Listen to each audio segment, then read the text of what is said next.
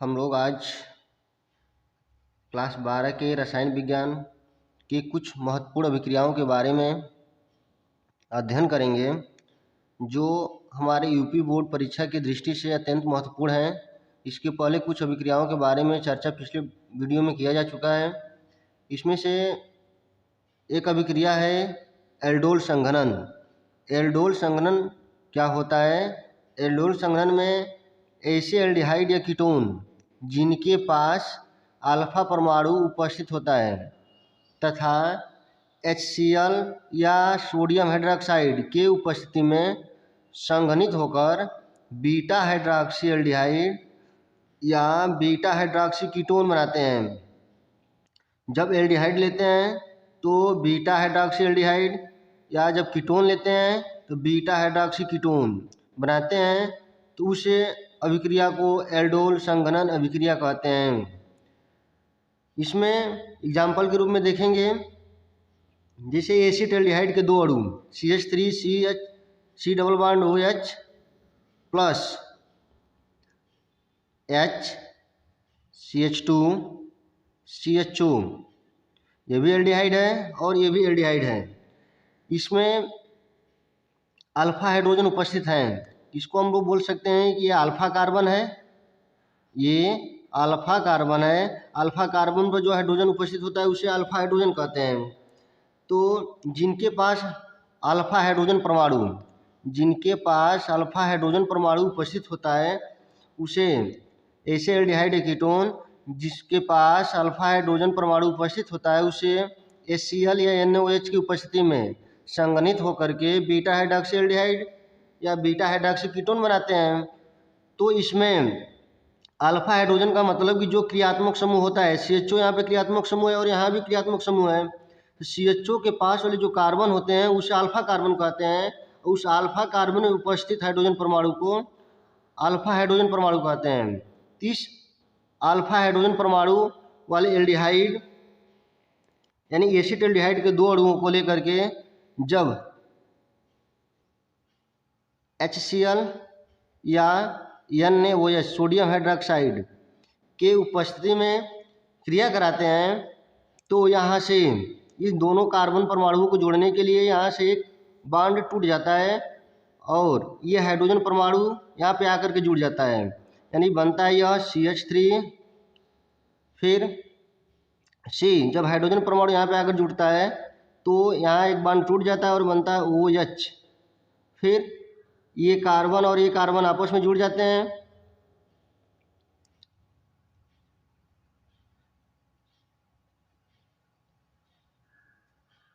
इसे beta hydroxy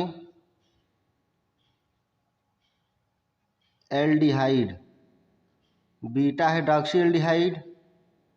या beta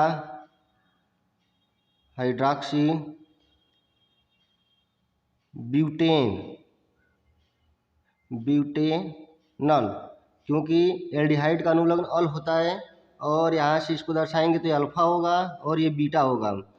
ये क्रियात्मक समूह जो होता है उसके जस्ट बाद वाला जो कार्बन होता है उसे अल्फा बोलते हैं, तो ये अल्फा होगा और ये बीटा होगा। तो बीटा हाइड्रोक्सी और कार्बन की संख्या 1 2 3 4 है, इसलिए ब्यूटेन। आगे अगर हम लोग कीटोन को लेकर करते हैं दूसरे एग्जाम्पल में, एग्जाम्पल नंबर फर्स्ट, अगर दूसरे एग्जाम्पल के रूप में देखते हैं कीटोन को लेकर, इसे CH3 C double bond O CH3 ketone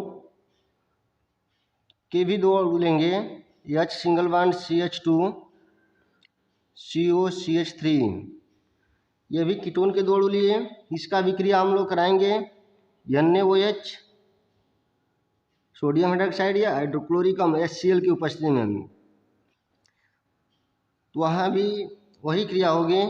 ये बॉन्ड टूटेगा, टूट करके यहाँ पे जुड़ जाएगा, ये कार्बन दोनों को जोड़ेगा और यहाँ से OH इस पे आ जाएगा, फिर H आएगा यहाँ पे, यानी ये बनेगा CH3 single bond C single bond OH, फिर CH3, फिर COCH3, जिसे हम लोग बीटा हाइड्रॉक्सी कीटोन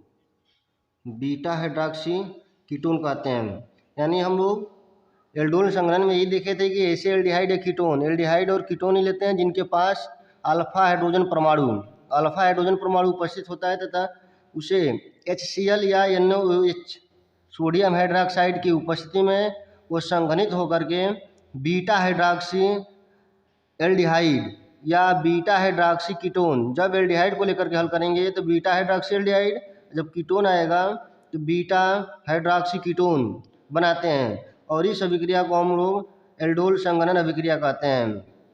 इसमें जब एल्डिहाइड को लेते हैं तो एल्डिहाइड का ऐसे एल्डिहाइड लेते हैं जिसमें अल्फा हाइड्रोजन उपस्थित हो। अल्फा हाइड्रोजन का मतलब कि जो क्रियात्मक समूह CHO है, एल्डिहाइड का क्रियात्मक समूह CHO होता है, उसके पास वाला जो कार्बन होता है उसे अल्फा कार्बन कहते हैं और उस पर उपस्थित हाइड्रोजन को अल्फा हाइड्रोजन कहते हैं। तो यहाँ पे अल्फा हाइड्रोजन यहाँ भी है और यहाँ भी अल्फा हाइड्रोजन है। जब इसकी क्रिया कराते हैं Cl और NaOH की उपस्थिति में तो ये बांड टूट जाता है, टूट करके इन दोनों कार्बन को जोड़ता है और H इसके पास आ जाता है इसके अष्टक को पूर्ण करने के लिए और यहाँ बनता है OH और ये CH सिंगल बॉन्ड CH2CHO, जिसे बीटा हाइड्रॉक्सी और CHO, इसमें कार्बन की संख्या 4 है, तो इसलिए इसको ब्यूटेन और उसमें CHO समूह का अनुलग्न अल होता है तो ब्यूटेनल, यानी बीटा हाइड्रॉक्सी ब्यूटेनल। पुनः अगली अभिक्रिया के बारे में हम लोग बात करेंगे। दूसरी अभिक्रिया जो है वह है कैनिजारो अभिक्रिया। कैनिजारो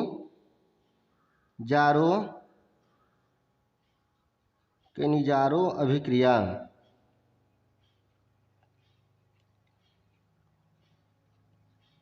कैनिजारो अभिक्रिया में होता क्या है, ऐसे एल्डिहाइड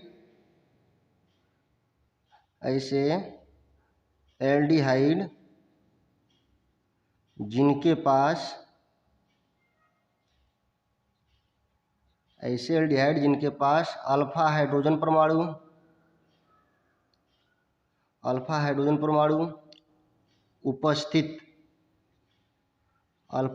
परमाणु उपस्थित नहीं होता है तथा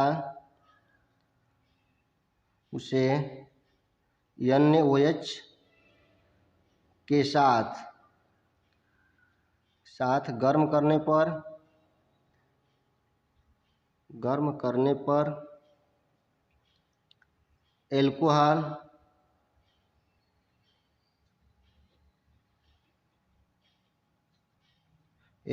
व सोडियम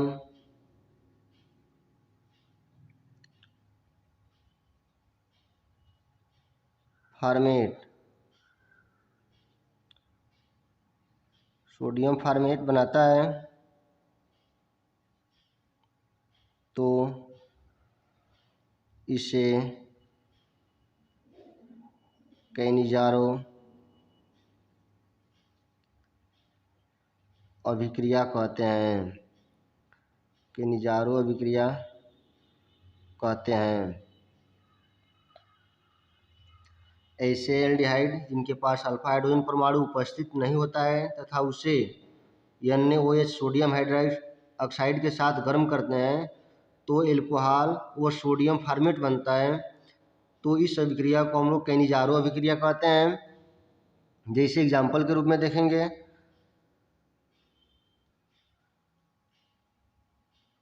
HCHO में क्रियात्मक समूह के पास कोई कार्बन परमाणु नहीं है, इसलिए अल्फा कार्बन परमाणु नहीं होगा। जब अल्फा कार्बन परमाणु नहीं होगा तो वहाँ पे अल्फा हाइड्रोजन परमाणु नहीं होगा।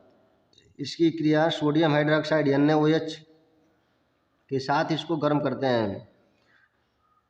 यहाँ भी दौड़ लेंगे, जब इसको गर्म करते हैं तो CH3OH प्लस HCOONA यानी मेथिल एल्कोहल ये प्राप्त हुआ हमें मेथिल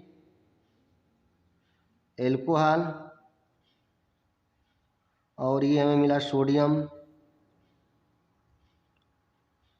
फार्मेट। यानी जब केनिजारो अभिक्रिया का मतलब एसिडल्डिहाइड जिनके पास हाइड्रोजन परमाणु उपस्थित नहीं होता है, यानी वही केनिजारो अभिक्रिया में भाग लेंगे जिसके पास अल्फा हाइड्रोजन परमाणु उपस्थित न हो। अल्फा हाइड्रोजन परमाणु का मतलब कि जो क्रियात्मक समूह है उसके पास कोई कार्बन नहीं होगा, यदि तो अल्फा कार्बन नहीं होगा। जब अल्फा कार्बन नहीं होगा तो अल्फा हाइड्रोजन भी नहीं होगा। और इसकी क्रिया जब सोडियम हाइड्रोक्साइड के साथ जब इसको हम लोग गर्म करते हैं तो मेथिल एल्कोहल और सोडियम फार्मेट प्राप्त होता है। इस अभिक्रिया को ही हम लोग केनिजारो अभिक्रिया कहते हैं। इसके बाद हम लोग अगले अभिक्रिया के बारे में जानेंगे। अगले अभिक्रिया का मतलब यह है, अगली अभिक्रिया एस्टरीकरण। तीसरी अभिक्रिया इसमें है एस्टरीकरण।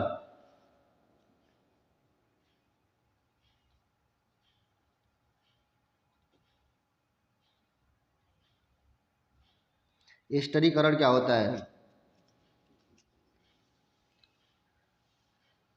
एस्टरीकरण की अभिक्रिया के बारे में हम लोग जानेंगे।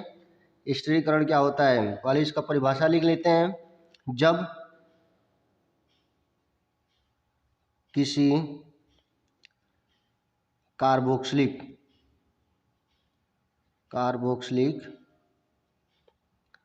अम्ल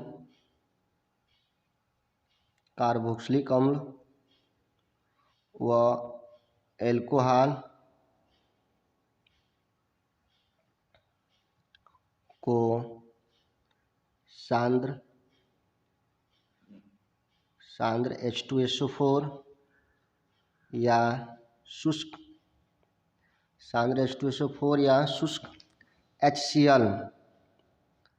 शुष्क HCl की उपस्थिति में गर्म किया जाता है तो एस्टर तथा H2O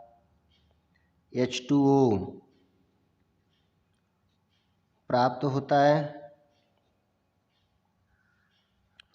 है और यह अभिक्रिया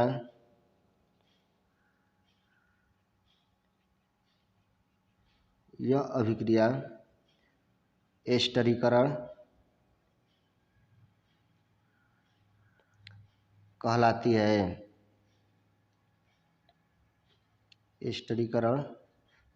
है। यानी जब किसी कार्बोक्सिलिक अम्ल व एल्कोहल को सांद्र H2SO4 या शुष्क HCl की उपस्थिति में गर्म किया जाता है तो एस्टर तथा H2O प्राप्त होता है और यह अभिक्रिया एस्टरीकरण अभिक्रिया कहलाती है। इसका एग्जाम्पल देखेंगे। कार्बोक्सिलिक अम्ल लेते हैं हम लोग CH3COOH, जिसे हम लोग एसिटिक एसिड भी कहते हैं, प्लस HOC2H5 जिसे एथेनॉल। ये एल्कोहल है और ये कार्बोक्सिलिक अम्ल है। कार्बोक्सिलिक अम्ल में एसिटिक एसिड और एल्कोहल में एथेनॉल लिए। इसकी हम लोग क्रिया कराएं किसकी उपस्थिति में? तो सांद्र H2SO4 या शुष्क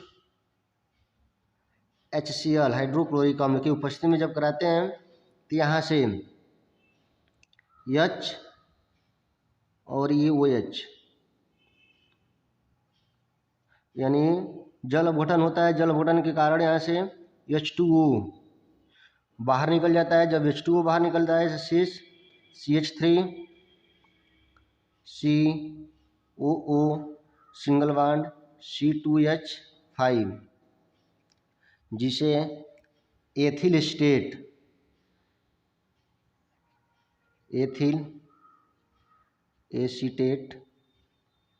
कहते हैं। यानी जब कार्बोक्सिलिक अम्ल का मतलब एसिटिक एसिड और एल्कोहल का यौगिक लेंगे एथेनॉल और एसिटिक एसिड को आपस में जब क्रिया कराएंगे सांद्र H2SO4 या शुष्क HCl की उपस्थिति में, तो इसका जल अपघटन होगा तो H2O बाहर निकलेगा और प्राप्त होगा हमें एथिल एस्टेट, जिसे हम लोग एस्टर भी कहते हैं। और इस अभिक्रिया को हम लोग एस्टरीकरण अभिक्रिया कहते हैं। यानी जब किसी कार्बोक्सिलिक अम्ल व एल्कोहल को सांद्र सल्फ्यूरिक अम्ल H2SO4 या शुष्क HCl की उपस्थिति में गर्म करते हैं तो एस्टर तथा जल H2O प्राप्त होता है और यह अभिक्रिया एस्टरीकरण अभिक्रिया कहलाती है, जिसकी यह एग्जाम्पल है।